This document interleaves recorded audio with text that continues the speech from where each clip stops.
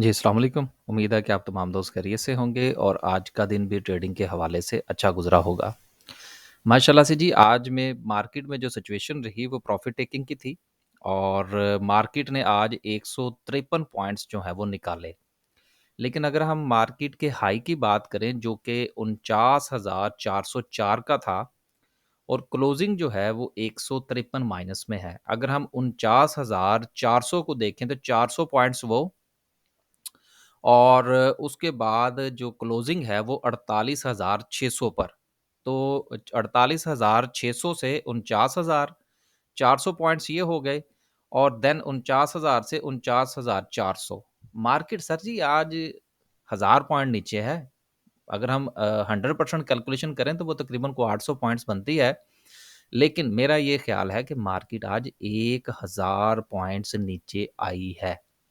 Expected था, इसमें कोई इतनी बड़ी बात नहीं है। आपको कल भी याद होगा कि मैंने गुज़ारिश ये की थी, बिल्कुल उसी तरह से कि जिस वक़्त मार्केट जो थी वो 48,000 पर थी जाने वाली थी। तो मैंने कहा था कि जी हम तो बेचेंगे माल, कुछ ना कुछ ज़रूर बेचेंगे। तो कल रात को भी जो मैंने तो आप सबसे दोस्तों से ही गुज़ारिश कर दी थी, वो तो खुली एक बात थी, उसमें कोई प्राइवेटली मैसेज वाली तो था नहीं।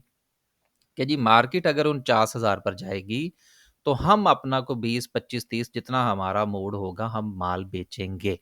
और यही एक जो था वो कोशिश होती है कि जिस वक़्त आपको लग रहा हो कि जी फलाँ जो लेवल है मार्केट का वो क्रिटिकल है, तो थोड़ा बहुत उसमें से एग्ज़िट ले लें। आपके पास कैश आ जाएगा, उसको आप री-इन्वेस्ट कर लें, वो आपको बाद में आपके काम आएगा। तो ये सिलसिला अब इसी तरह से चलेगा। मार्केट बहुत ऊपर जा चुकी थी, टेक्निकली वो क्या कहते हैं आरएसआई जो है वो स्टेबल हो चुकी थी ऊपर जाके और जो लोग टेक्निकली काम करने वाले हैं, वो मार्केट से थोड़ा दूर थे। तो आहिस्ता-आहिस्ता लोगों की नफ्सियात है कि जब एक सर्टेन लेवल तक चीज़ चली जाती है, तो उसमें हमेशा करेक्शन आती है। एक तो ये बात है कि आप इसको करेक्शन समझिएगा, इसको आपने डाउनफॉल नहीं समझना कि आप पता नहीं दोबारा फिर चीज़ें जो है वो 39,000 पे जाने वाली हैं। लेकिन अभी भी करेक्शन का मतलब ये नहीं होता कि सारी मार्केट डाउन है। फिर भी कुछ शेयर्स आपको चलते हुए नज़र आएँगे और आपने बस इंडिविजुअल शेयर्स में जाते रहना है, उसमें आप थोड़ा बहुत बाइंग सेलिंग करें इंशाल्लाह, ठीक हो जाएगा सिलसिला। आगे चलते हैं, मज़ीद बात करेंगे साथ-साथ। 150 पॉइंट्स की कमी सर्किट ब्रेकर की बात करते हैं तो माशाल्लाह से आज कितनी कंपनीज़ अपर कैप हैं 7 अ, जिसमें अच्छा वॉल्यूम बहरहाल पीआईसीटी के अलावा किसी और जगह पर नज़र नहीं आ रहा। एक वक़्त में तो मिलर ट्रैक्टर जो था वो भी अपर कैप हुआ हुआ था, वो इंशाल्लाह आगे चलते हैं तो सेक्टर वाइज़ बात करेंगे उसमें। जिनके पास है चलें, वो एन्जॉय करें। लोअर कैप की बात करते हैं तो लोअर कैप में कोई ख़ास चीज़ नहीं है। अब एक चीज़ यहाँ पर ऐसा भी है कि बहुत सारी ऐसी खबरें होंगी जिनको हम लिंक कर सकते हैं कि जी देखिए जी, चूँकि पेट्रोल प्राइसेज़ बढ़ गई और ये फ़लाँ हो गया, ये हो गया, वो हो गया, उसकी वजह से जी मार्केट गिरी है। Market sir technically correction mode में इसका आना बहुत ज़रूरी है और इंशाल्लाह जब ये करेक्ट करेगी, तो फिर मार्केट जो है वो मुझे शायद इतना हज़ार-हज़ार पॉइंट डालती नज़र ना आए। मार्केट जो है वो थोड़ा-सा यूँ समझ लीजिए कि स्लो चलेगी और जब मार्केट स्लो चलेगी, थोड़ा-सा रेंज बाउंड चलेगी, तो मैं ज़ाती तौर पर जो मेरा एक्सपीरियंस है, वो रेंज बाउंड मार्केट हो या रेंज बाउंड आपका शेयर हो, उसमें आपको अपॉर्च्युनिटी के चांसेस ज़्यादा होते हैं। इसलिए कि वो आपको बहुत ज़्यादा पॉज़िटिविटी या बहुत ज़्यादा नेगेटिविटी नहीं दिखाती।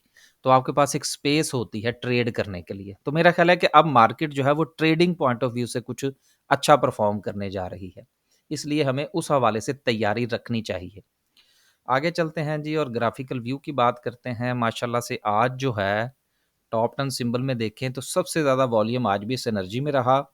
देन उसके बाद के इलेक्ट्रिक है। आज ना मैंने अपनी एक पर्सनल जो है वो अनाउंसमेंट भी एक करनी है। वो हमारी सर्विसेज़ वाली तो चलती रहती है लेकिन उसके साथ हट के भी है एक बात इंशाल्लाह, वो भी आज आपके साथ डिस्कस करेंगे अगर मैं भूल ना गया लास्ट पर। उसके बाद के इलेक्ट्रिक है 250 लगा के नीचे आया चाहता है, अब देख लीजिए जहाँ पर आपको मुनासिब लगे। देन ओजीडीसी है, फिर उसके बाद हम नेटवर्क है, देन सो एंड सो। अब देखिए, चीज़ें जो है ना वो अपने टाइम पर चलती हैं। अब हम नेटवर्क अगर आप देखें तो कितने दिनों के बाद चला है, आपको अंदाज़ा होना चाहिए। हर शेयर जो है उसके चलने का एक वक़्त है। आप उसका इंतज़ार कीजिए लेकिन अगर वो शेयर आपको अच्छे लेवल पर मिल जाता है, मसलन मिलर ट्रैक्टर है, अगर आपने इसको अच्छे लेवल पर किसी जगह वक़्त खरीदा होगा, तो आज वो आपको फ़ायदा देगा। गो के पूरी मार्केट चल गई थी। चलिए इस पर हम थोड़ी-सी बात कर ही लेते हैं कि ये चला कितने अरसे के बाद है। हालाँकि इसकी निस्बत जो आपका दूसरा शेयर है अलगाज़ी ट्रैक्टर का, वो तो बेहतरीन चलता रहा है। अगर आप इसकी 1 महीने की ट्रेड देखें, ये ज़रा थोड़ा-सा समझाने के लिए आज आपको कि जिस वक़्त आप किसी शेयर को खरीदें, तो हौसला करना बड़ा ज़रूरी होता है। गो के इसमें मुझे बड़े मैसेजेज़ आए थे, लो जी चला ही नहीं, चला नहीं। मैंने कहा अच्छा यार कोई बात नहीं, नहीं चला तो खैर है। अब ये देखिए, अगर आप इसका जायज़ा लें, तो इस 1 मंथ की मूव के अंदर ये पूरा महीना नहीं चला। पूरा महीना उसी जगह पर ₹2 ऊपर, ₹1 नीचे 390 से लेकर 400 के दरमियान ये हाथ लगाता रहा है बस। 6 महीने के अंदर आप अगर आप देखें तो आपको ये एक जब इसने बोनस दिया था तो उसके बाद इसका ये डाउनफॉल आया एंड देन ये पूरा महीना बल्कि ये जो डेट यहाँ पर शो कर रहा है 23 जून से लेकर तो 31 जुलाई तक तकरीबन कोई एक सवा महीना बन जाता है, डेढ़ महीना, ये शेयर बिल्कुल नहीं चला। तो यही वजह होती है कि चीज़ों ने चलना होता है। अब इसको अगर आप कंपेयर करेंगे ऑटोमोबाइल्स के दीगर जो शेयर्स हैं, मसलन आप पार्क सुजुकी के साथ कंपेयर करेंगे, सेज़ियो के साथ करेंगे, होंडा कार के साथ करेंगे, तो वो तो इसके मुकाबले में आपको बहुत ज़्यादा चलते हुए नज़र आए हैं। अब अगर पैनिक होकर किसी ने इसमें से एग्ज़िट ले लिया होगा, तो आज वो फिर बैठा देख रहा होगा कि यार मुझे ₹25 मिल जाते। सो अगर आपने शेयर खरीदा है, अच्छे लेवल पर खरीदा है, मार्केट चल गई, आपका शेयर नहीं चला तो कोई बात नहीं, इंतज़ार कीजिए। मैं हमेशा ये बात कहा करता हूँ। आगे चलते हैं जी। आगे चलें जिनके पास है जी, वो इसको एन्जॉय कीजिए और अब आगे चलते हैं और देखते हैं कि जो हमारा पूरा का पूरा सेक्टर वाइज़ सिचुएशन है, वो कैसी रही है। साथ में मैं ये भी ज़िक्र करता चलूँ कि हमारी सर्विस जो है, वो जारी है। 5 तारीख तक हम नए क्लाइंट्स ले रहे हैं। ये हमारा कॉन्टैक्ट नंबर है, आप इस पर व्हाट्सएप फरमाइए और हमारे साथ राब्ता कीजिए। ₹2000 महीने की फ़ीस है। मैं थोड़ी-सी एक्सप्लेनेशन मैं डेली करता हूँ 5 दिन तो हमारी होती है, आज मैं थोड़ी-सी मज़ीद कर दूँ कि सर देखिए हमारा बेसिक ग्रुप है। बेसिक ग्रुप का मतलब ये है कि इस नंबर पे आपने ₹2000 फ़ीस जमा करवाई, आपका नाम एंटर हो गया, हमने अपनी कोई राय बनाई 3, 4, 5 शेयर्स के हवाले से। हमने वो उस ग्रुप के अंदर हमने शेयर कर दी, वो इन्फॉर्मेशन आप तक पहुँच गई। अब आप उसके ऊपर अमल करते हैं, नहीं करते, उसका हमें कोई पता नहीं। आपके पास कौन से शेयर हैं, उसका भी हमें कोई पता नहीं क्योंकि पोर्टफोलियो मैनेजमेंट और चीज़ होती है, इन्फॉर्मेशन शेयरिंग और चीज़ होती है, इनको आप थोड़ा-सा समझ लीजिए। क्योंकि मुझे बहुत इंक्वायरीज़ आ रही हैं, तो मैं इसलिए इसको एक्सप्लेन करना चाह रहा था कि बेसिक सर्विस में हमने जो शेयर्स रिकमेंड करने हैं, हमने उसी के हवाले से बात करनी है। हमें नहीं पता कि इसके अलावा आपके पास कौन-सा शेयर है, कौन-सा शेयर नहीं है और ना ही हमने उसके हवाले से आपसे कोई बातचीत करनी है। क्योंकि हमारा में ताल्लुक जो है वो सिर्फ़ सर जी फ़ीस भी तो देखिए ना कितनी है। इसके अलावा हमारी एक सर्विस जो है वो एनहांस सर्विस हुआ करती थी, लेकिन जब से मैं ज़रा इस वक़्त मुल्क से बाहिर हूँ, तो मसरूफ़ियत की वजह से वो मैं आजकल अपनी एनहांस सर्विस को फ़ॉलो नहीं कर रहा। वो पोर्टफ़ोलियो मैनेजमेंट की सर्विस थी। ₹5000 महीने का हम चार्ज करते थे। अभी फ़िलहाल इन दिनों वो मैं नहीं कर रहा गुज़िश्ता कुछ मेरा ख़्याल है 2 महीने से। मस टाइम नहीं है ना। तो बेसिक सर्विस है जिसमें हमें नहीं पता कि आपके पास कैपिटल कितना है। आप 10,000 से काम कर रहे हैं या 10 करोड़ के साथ काम कर रहे हैं, उसका हमारे साथ कोई ताल्लुक नहीं है। हम एक शेयर रिकमेंड करते हैं, फ़र्ज़ कीजिए हमने 4 कंपनीज़ के शेयर रिकमेंड किए कि जी इसका बाय लेवल ये है, सेल लेवल ये है, इसका स्टॉप लॉस ये है। अब आप अगर उसका 1 शेयर खरीदते हैं या उसका 1 लाख शेयर खरीदते हैं, उसका हमें कोई पता नहीं। इसलिए आप 10,000 से काम करें, आप 10 करोड़ से काम करें, आप हमारे बताए हुए 1 शेयर में काम करें, आप हमारे बताए हुए तमाम शेयर्स में काम करें। हमने आपको मैसेज भेजा रात को कि जी मार्केट 49,000 पर जाए तो आपने 25% अपने शेयर्स बेच देने हैं। अब वो आपने बेचे, नहीं बेचे, हमने नहीं पूछना किसी से कि आपने बेचे या नहीं बेचे। ये मैं थोड़ी-सी सादा अल्फाज में और सीधी-सीधी सी गुफ्तगू करके ये समझाने की ये कोशिश कर रहा हूँ कि बेसिक सर्विस जो हम प्रोवाइड कर रहे हैं, उसमें किसी किस्म का कोई पर्सनल इंटैक्ट जो कॉन्टैक्ट है, वो नहीं है। हमें नहीं पता कि हमारा जो क्लाइंट है, वो क्या कर रहा है, क्या नहीं कर रहा। हमने इन्फॉर्मेशन पास कर देनी है एंड दैट्स इट। ये हमारी सर्विस है। उम्मीद है कि ये चीज़ क्लियर हो गई होगी और काफ़ी लो दोस्तों को जवाब मिल चुका होगा। आगे चलते हैं और हाँ, एक चीज़ मैं आखिर में और बताता चलूँ कि ना तो हमारी वीडियो के अंदर, ना हमारे थंबनेल्स पर और ना हमारे ग्रुप के अंदर ऐसा कोई सिलसिला नहीं है कि हमारे साथ आइए, काम कीजिए और 20% कमाइए, कोई चक्कर नहीं है ऐसा। हमारे साथ काम करेंगे तो आपको गारंटीड प्रॉफ़िट होगा, कोई गारंटी नहीं है।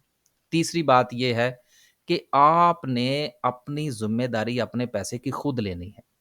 आपने 500 शेयर खरीदना है या 10,000 शेयर खरीदना है, दैट्स डिसीजन इज़ योर्स। हमारी तरफ से गारंटी कोई नहीं है। हम काम करते हैं बड़े पुरसुकून तरीके से के साथ।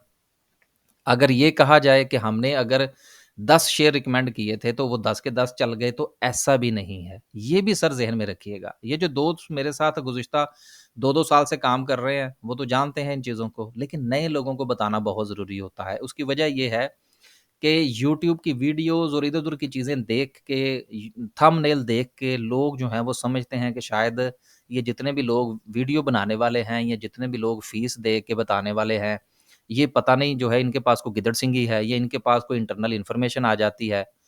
हमारे पास भी कभी-कभी आ जाती है, लेकिन जो लोग मुझे पुराना सुनते हैं वो ये जानते हैं कि मेरे पास इंटरनल इन्फॉर्मेशन आ भी जाए तो मैं शेयर नहीं करता। क्योंकि नहीं, वो चीज़ फिर समझ से बाहर हो जाती है ना, फिर अपना वो इल्म जो है वो जाता रहता है। हमारी टेक्निकैलिटीज़ जो हैं वो फिर मुतज़लज़ल हो जाती हैं और हम फिर खबरों के चक्कर में ही रहते हैं। ख़ैर, काफ़ी ज़्यादा जो है वो सर्विस की आज जो है वो एक्सप्लेनेशन हो गई। माशाल्लाह से अब देखना ये है कि सबसे ज़्यादा पॉइंट्स जो हैं वो किस सेक्टर में से निकले हैं।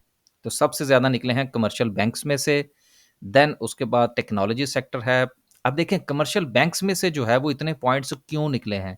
सर गुज़िश्ता 2-4 दिन का या द 1 आध हफ़्ते का आप जायज़ा लें, तो सबसे ज़्यादा पॉइंट्स किसने डाले थे? कमर्शियल बैंक्स ने।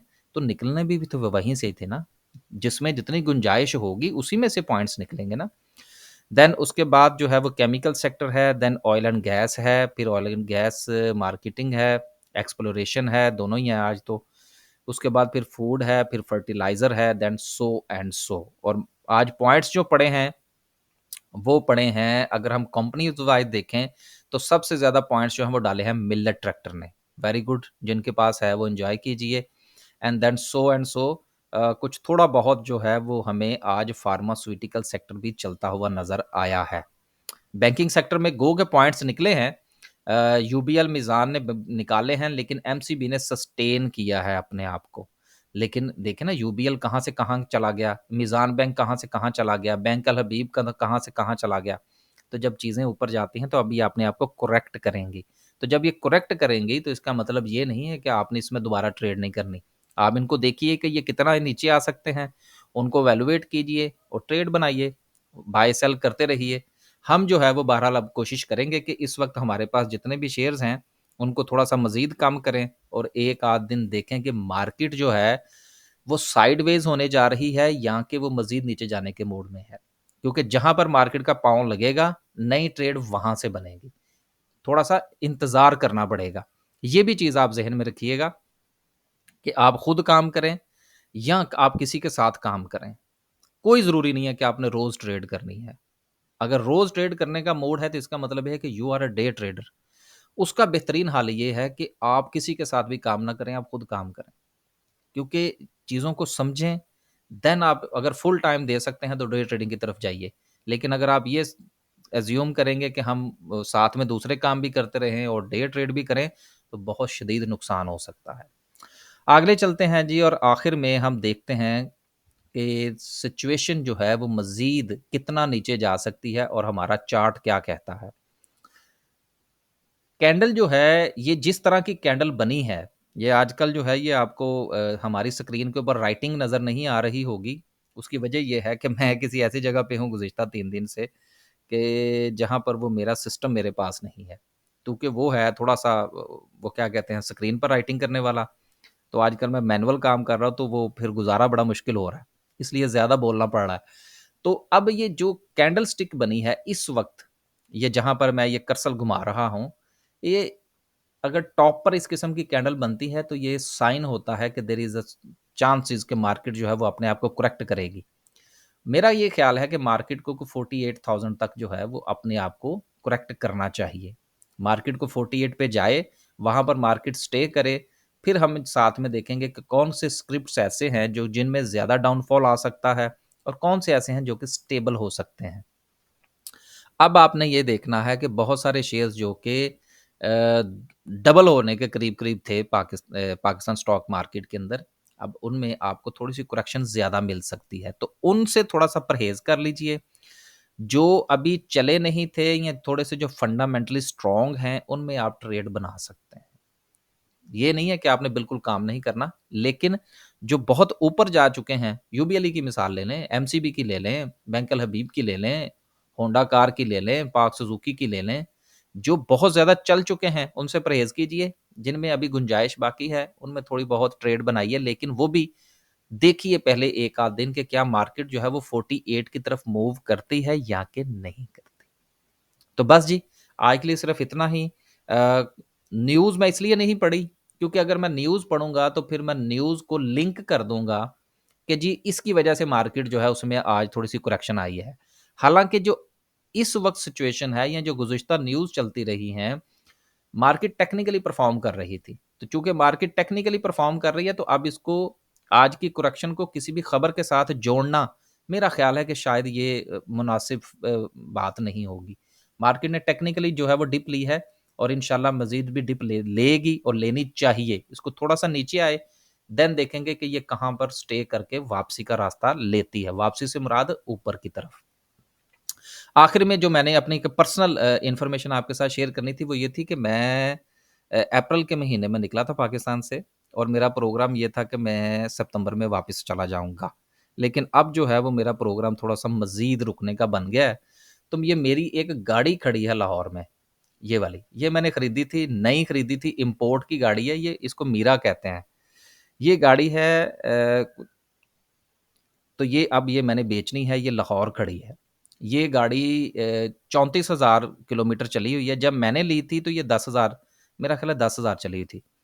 तो मैंने सिर्फ़ इसको 14,000 चलाया। तो ये जो लोग गाड़ियों में दिलचस्पी रखते हैं, उनको पता है कि ये गाड़ी क्या है, क्या नहीं है। मुझे इसके बारे में कोई ख़ास इन्फॉर्मेशन नहीं है। मैं जब गया था तो ये गाड़ी का नंबर-शंबर भी मैंने खुद ही लगवाया था। इम्पोर्ट ही हुई थी। अभी उसके वो टैक्सेस-वैक्सेस भी जो थे वो जब नहीं थे पे हुए हुए। तो ये इम्पोर्टेड गाड़ी है जी। डाइहैट्सो मीरा। तो ये अगर किसी ने खरीदनी हो तो मेरे साथ राब्ता कर सकता है। मैं वैसे यूके में ही हूँ, गाड़ी पाकिस्तान में खड़ी है, लाहौर में है। तो बेहतर ये होगा कि अगर कोई लाहौर का बंदा खरीदे ताकि वो फिज़िकली जाके इसको अच्छे तरीके से देख सके, पूरी तसल्ली कर सके। तो अगर किसी का मूड हो तो वो मुझे व्हाट्सएप करे, व्हाट्सएप नंबर मेरा यही है, इस नंबर पे व्हाट्सएप कर ले। इसकी जो मज़ीद तस्वीरें हैं इस गाड़ी की वो मैं उसके साथ शेयर कर दूँगा और बाकी उसके साथ जो है वो प्राइस और दीगर मामला तय कर लेंगे, ताकि अगर उसका मूड बने तो ये देख ले। क्योंकि अब अगर ये गाड़ी मज़ीद वहाँ खड़ी रहेगी, मैं अगर 3-4 महीने और यूके में रुकता हूँ, तो जिनके पास खड़ी है उनके पास माशाल्लाह अपनी 2-2 3-3 हैं, तो वो गाड़ी इस्तेमाल में नहीं आ रही जी। तो ये मेरा मूड है कि अब मैं इसको फिर बेच दूँ, जब वापस जाऊँगा तो फिर और खरीद लेंगे। तो बस जी, ये मेरी अपनी पर्सनल एक इन्फॉर्मेशन थी। खुश रहें, आबाद रहें, इतना मार्केट को एन्जॉय किया है तो अब थोड़ा-सा मार्केट नीचे आएगी तो बर्दाश्त कीजिएगा, टेंशन नहीं लेनी। इंशाल्लाह हालात बेहतर हो जाएँगे। अल्लाह हाफ़िज़।